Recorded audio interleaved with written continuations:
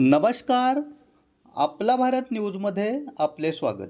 लोकशाही प्रक्रियेची माहिती घ्या आणि निवडणुकीत जागरूक सहभाग नोंदवा. शैक्षणिक संस्थांनी लोकशाही आणि निवडणूक प्रक्रियेबाबत विद्यार्थ्यांमध्ये जागरूकता निर्माण करण्यासाठी पुढाकार घ्यावा असे आवाहन मुख्य निवडणूक आयुक्त ज्ञानेश कुमार यांनी केले आहे. बिहारमधील पटना येथे आयोजित मतदार साक्षरता मंडळ आणि ECI-NET या विषयावरील परिषदेत भारतीय निवडणूक आयोगाने मतदार साक्षरता मंडळे अर्थात ELC 2.0 या नव्या उपक्रमाची सुरुवात केली.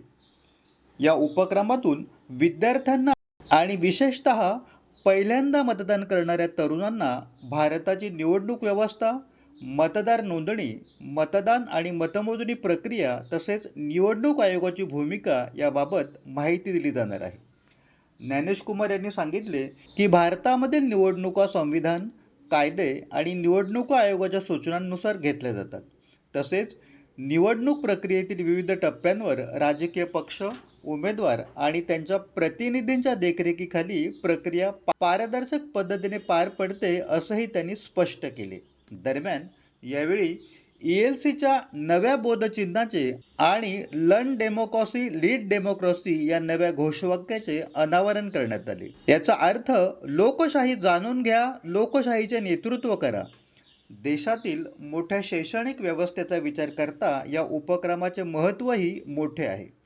देशात सुमारे 15 लाख शाळा, 25 कोटी विद्यार्थी आणि 1 कोटीहून अधिक शिक्षक आहेत, तर उच्च शिक्षण क्षेत्रात सुमारे 1,500 विद्यापीठ आणि 70,000 शैक्षणिक संस्था आहेत. या मतदार साक्षरता मंडळाच्या माध्यमातून मतदार नोंदणी, मतदान, मतमोजणी तसेच ECI-NET ॲप आणि निवडणूक आयोगाच्या विशेष उपक्रमाची माहिती विद्यार्थ्यांपर्यंत पोहोचवली जाणार आहे.